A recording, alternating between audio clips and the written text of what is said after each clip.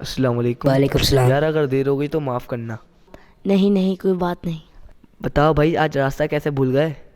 دراصل ہماری چھٹیاں چند روز میں ختم ہو رہی تھی, سوچا آپ سے بھی ملتے چلیں, ورنہ آپ کو شکایت کا موقع مل جاتا. چلو اچھا کیا, ہم بھی چند دنوں میں راولپنڈی شفٹ ہونے والے ہیں. یہ تو بہت اچھی بات ہے.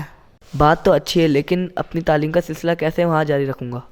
راولپنڈی میں ایک سے بڑھ کر ایک اسکول ہے, یقیناً وہاں پر آپ کی پڑھائی کا مسئلہ نہیں بنے گا. ہاں, اسکول تو ہوتے ہی بڑھیا ہیں. یار وہ تمہارے ادارے کا نام کیا تھا؟ حدیبیہ ایجوکیشنل تھا, صحیح طرح یاد نہیں. ارے ہاں, حدیبیہ ایجوکیشنل کمپلیکس.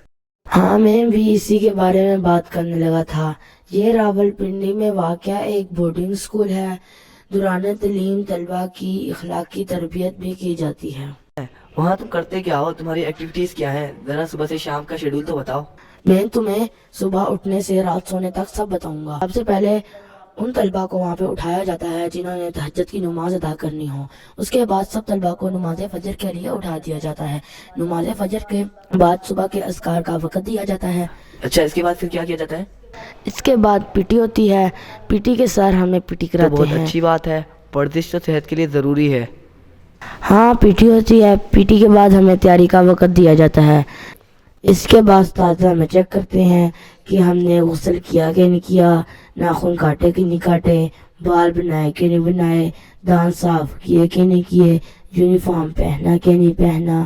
یہ سب چیک کرنے کے بعد ہمیں ناشتے کے لیے بھیج دیا جاتا ہے. آپ لوگ ناشتہ کہاں کرتے ہیں؟ کھانے کے لیے باقاعدہ میس ہال بنایا گیا ہے جس کے اندر ہم بیٹھ کر کھانا کھاتے ہیں. ناشتے کے بعد ٹائم ہوتا ہے اکیڈیمک ٹائم کا. اکیڈیمک ٹائم شروع ہوتا ہے 8 بجے سے. سب سے پہلے اسمبلی ہوتی ہے.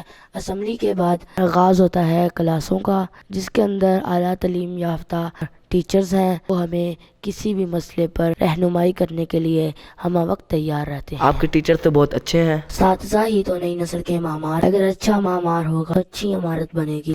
آپ کے یہاں کمپیوٹر لیب وغیرہ ہے؟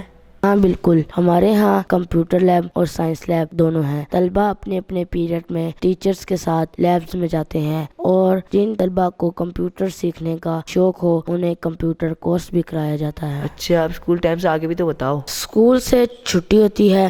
چھٹی کے بعد ہمیں یونیفارم اتارنے کا وقت دیا جاتا ہے, اور ظہر کی اذان ہو جاتی ہے. ظہر کی نماز پڑھنے ہم مسجد میں چلے جاتے ہیں. ہمارے ادارے میں ایک اہم بات ہے کہ تکبیر اللہ کی بڑی پابندی کرائی جاتی ہے. جو طلبہ تکبیر اللہ سے لیٹ ہوتے ہیں ان سے پوچھ گچھ کی جاتی ہے. ظہر کی نماز کے بعد قرآن کلاس کا وقت ہوتا ہے. قرآن کلاس میں ہم نے حفظ اور ناظرہ پڑھنا ہوتا ہے اور متعلقہ استاد کو سنانا ہوتا ہے. قرآن کلاس کے بعد دوپہر کے کھانے کا وقت ہوتا ہے. دوپہر کا کھانا کھانے ہم ایک بار پھر میس ہال میں چلے جاتے ہیں. دوپہر کے کھانے سے فارغ ہو کر عصر کی اذان ہو جاتی ہے. عصر کی نماز کے بعد ہم سب کھیل کے لیے گراؤنڈ کا رخ کر لیتے ہیں. آپ کے ادارے میں کیا کیا کھیلا جاتا ہے؟ ہمارے ہاں بہت کچھ کھیلا جاتا ہے. کرکٹ, فٹ بال, والی بال, بیڈمنٹن, اور ہاں ہمارے ہاں گھوڑ سواری بھی کرائی جاتی ہے. تو آپ کے پاس گھوڑے بھی ہیں؟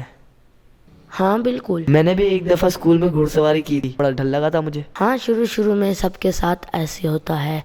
اچھا چلو, اب آگے بھی بتاؤ. عصر کے بعد ہم کھیلتے ہیں, پھر مغرب کی اذان ہو جاتی ہے. مغرب کی نماز پڑھنے ہم مسجد میں چلے جاتے ہیں. مغرب کی نماز کے بعد ایک بار پھر ہم لوگ کلاسوں کا رخ کرتے ہیں. کلاسوں میں مطالعہ ہوتا ہے جس میں صبح دیا گیا کام ہم کمپلیٹ کرتے ہیں. مطالعے کے دوران اساتذہ ہمارے ساتھ ہوتے ہیں.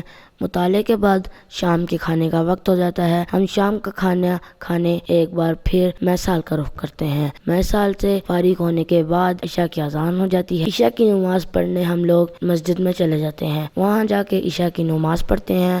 عشاء کی نماز کے بعد دعا کلاس کا وقت ہو جاتا ہے. دعا کلاس کے بعد دیگر مصروفیات سے فارغ ہو کر اپنے اپنے بستر پر آرام کے لیے چلے جاتے ہیں. آپ کا تو بہت اچھا شیڈول ہے. آپ کے استاد سارا وقت آپ کے ساتھ رہتے ہیں اور آپ کو کھیل کا وقت بھی ملتا ہے. ہمارے ادارے میں اس کے علاوہ بہت سی سرگرمیاں کرائی جاتی ہیں. وہ بھی بتاؤ. آرٹ اینڈ کرافٹ کا پیریڈ ہوتا ہے جس کے اندر ہم لوگ 3D ماڈلز بناتے ہیں. ایک ماہانہ سالہ رہبر نکالا جاتا ہے جس کے اندر شوقین طلبہ خود تحریر لکھتے ہیں. ان دنوں پر مختلف تقریبات کا انعقاد کیا جاتا ہے جس کے اندر ہم نظم، تحریر اور تقریر کے مقابلے میں حصہ لیتے ہیں۔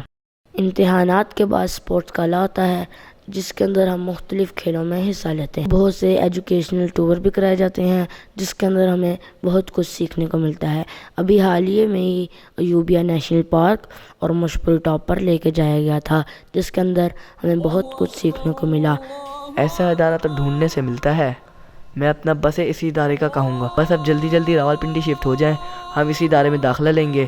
یار لوکیشن تو بتاؤ اپنے ادارے کی، اور اگر کوئی نمبر وغیرہ ہے تو وہ بھی دے دو۔ چلو ابھی نماز کا وقت ہو گیا ہے، نماز کے بعد آ کے اس بارے میں بات کریں گے۔